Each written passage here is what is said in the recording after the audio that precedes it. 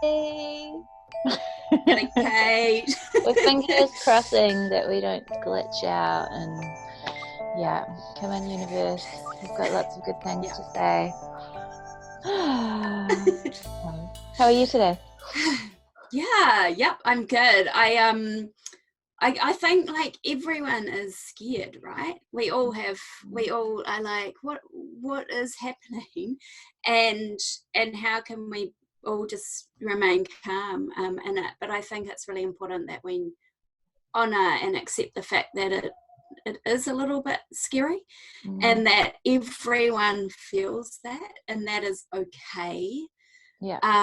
Yeah, and like I'm a little bit worried about money, like where I think everyone probably Yeah. is, like how long will this go on for?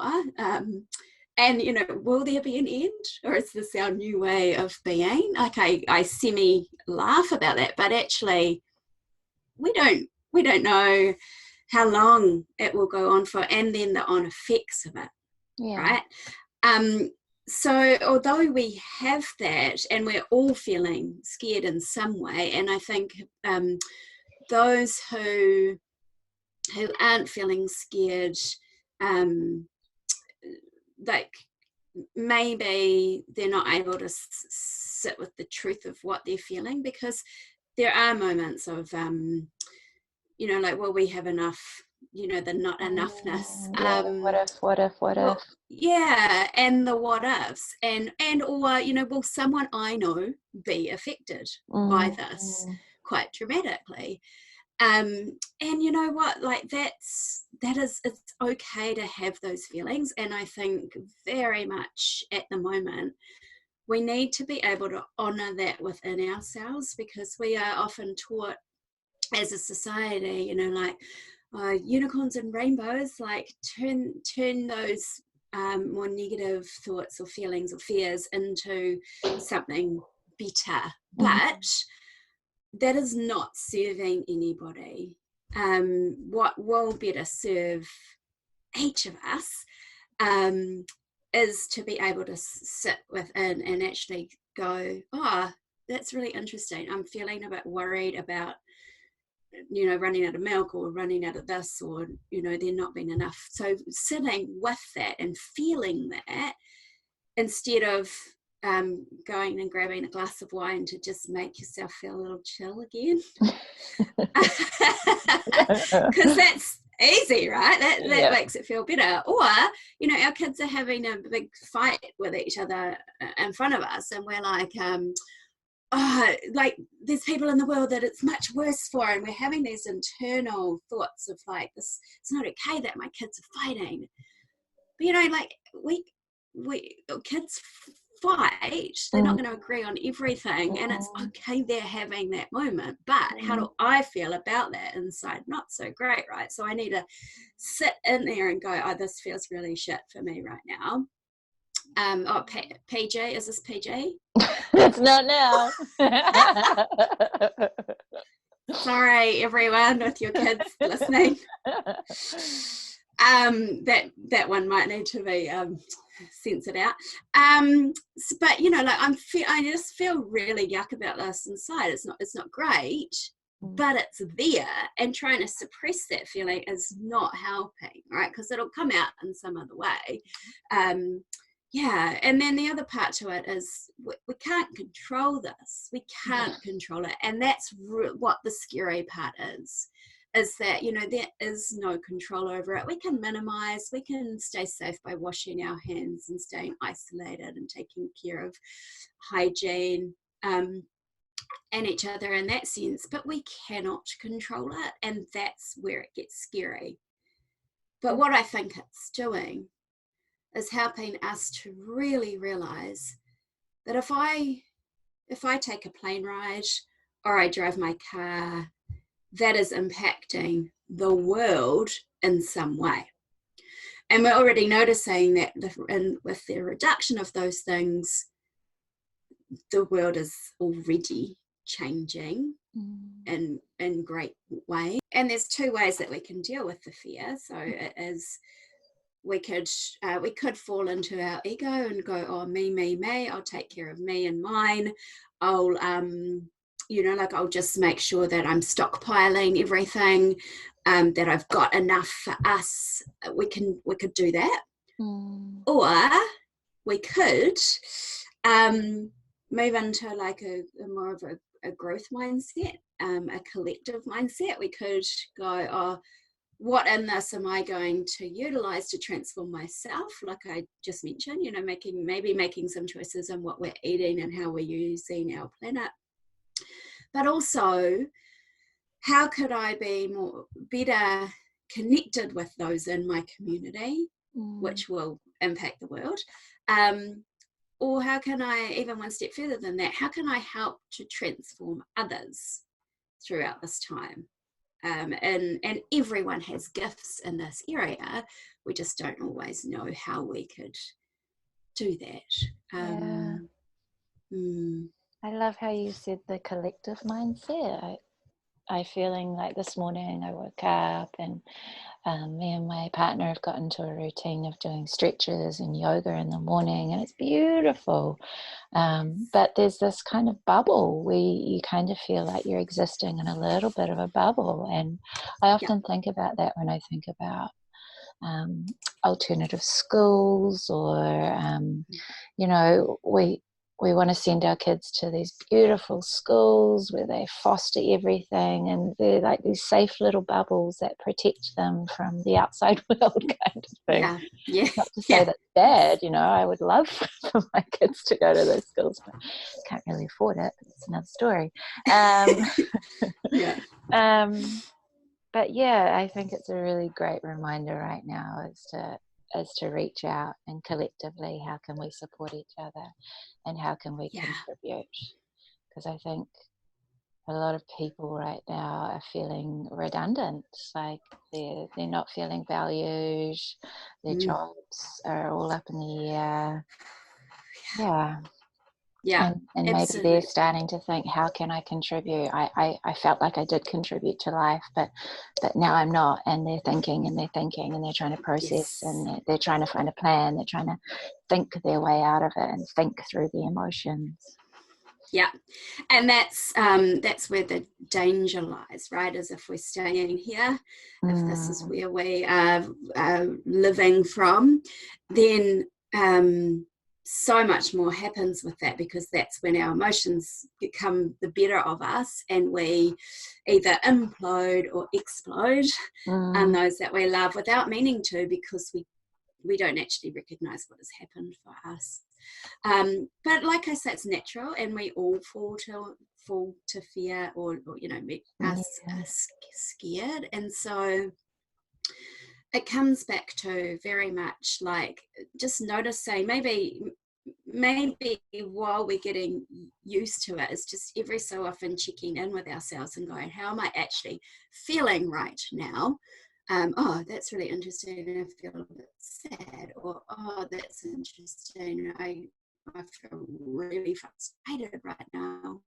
That's about, but trying not to jump on that thought train around it, but more feel that in our body and what that kind of feels like to us, and then just acknowledging it is enough, and then we can on. But if we are suppressing those little feelings of sadness or those little red flags throughout the day, then that's when the kid like bumps into you while you're carrying something, and it some spills out or something, and we're like, oh, be careful, what are you doing? Like that's when those sorts of things happen, because we're like we're already in like and we're not recognizing that we're even heading there.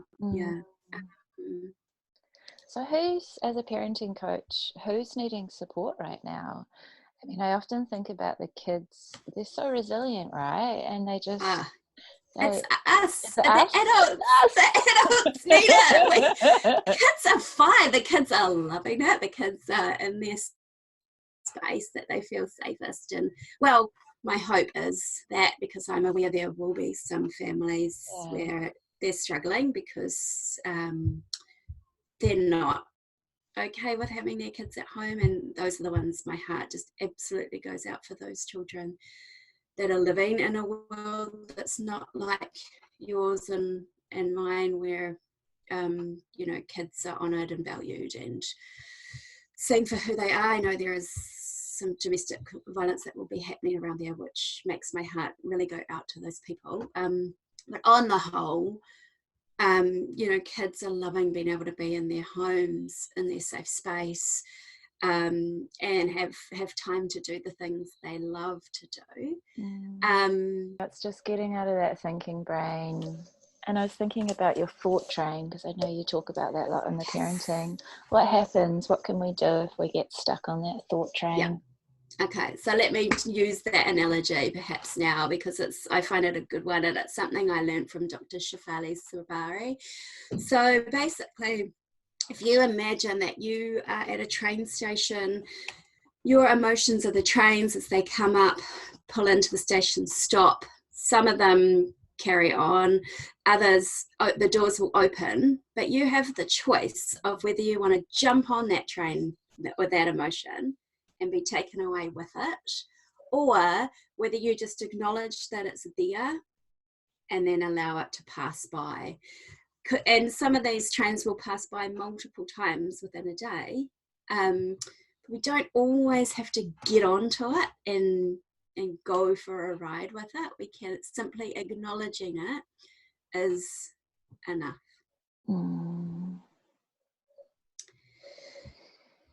Yeah.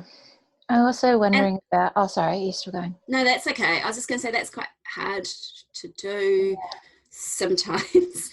Right? Yeah, the thought train is real fast, man. And it overtakes, but that is like, we are human and we will get on the trains, we will, and be taken for a ride with it. And so compassion, like, oh, whoops, totally stuffed that one up. This is a new moment now, and being able to go, oh, I'm like, I'm okay. Yeah, I got angry, or yeah, I got whatever, but this is a new moment now, and I can just start again. And just repairing with whoever it is you did whatever with.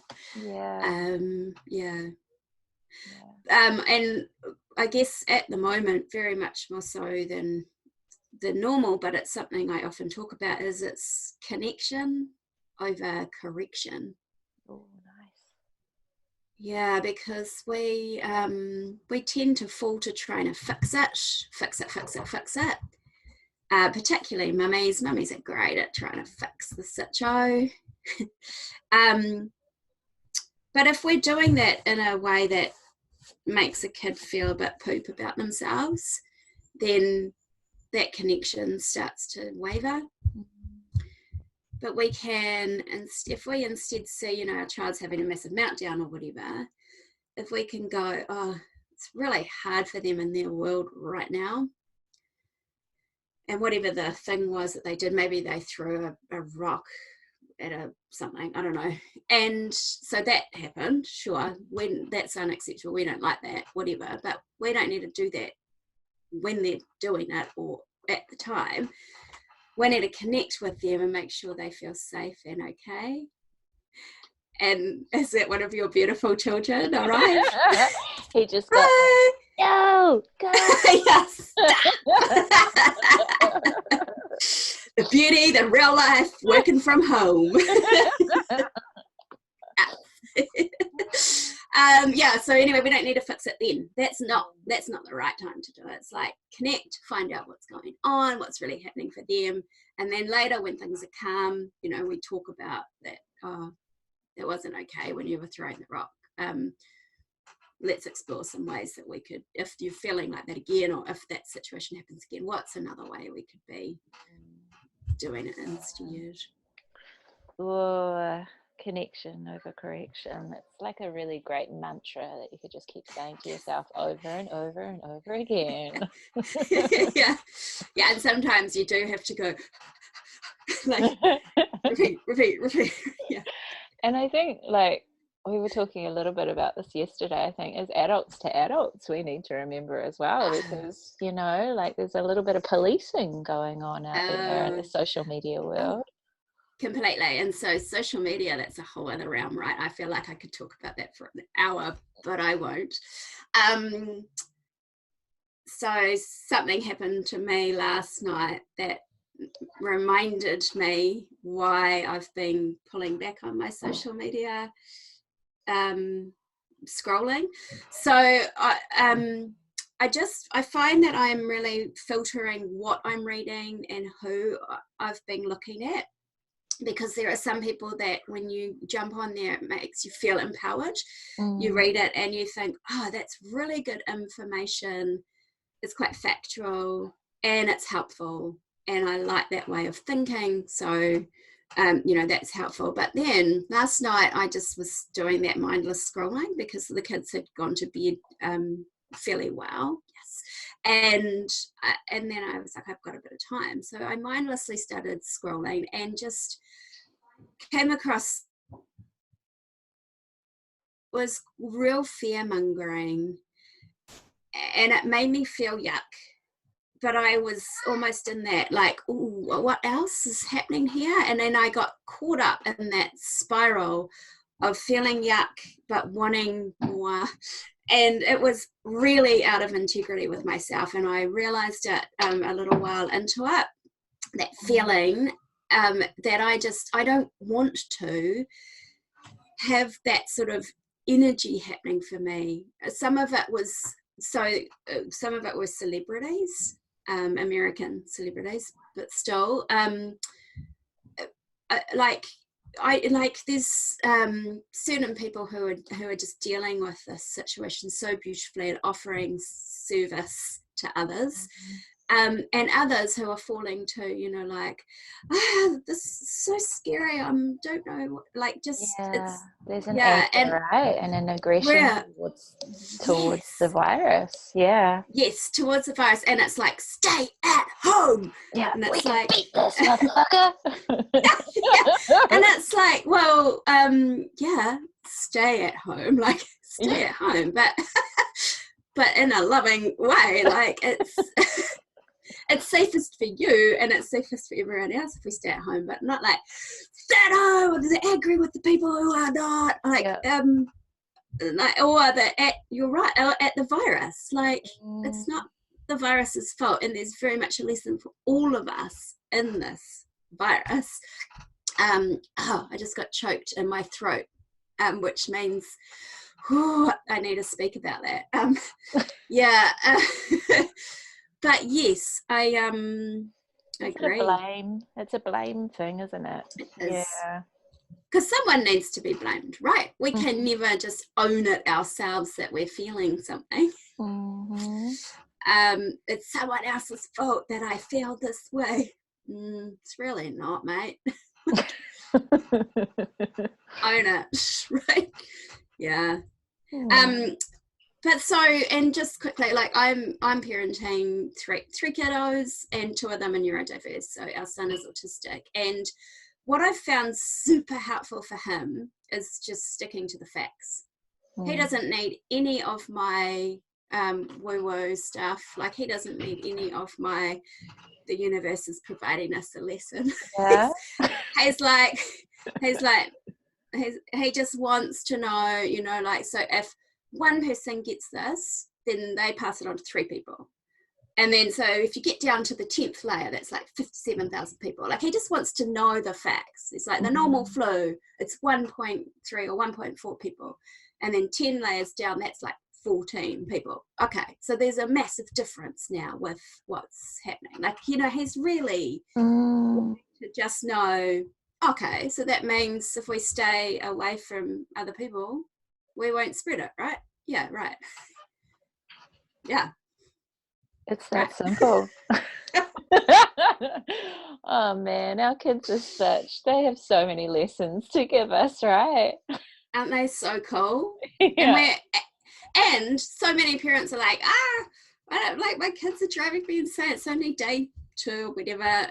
And And it's like, well, actually, what are they telling you? What is it? Yeah.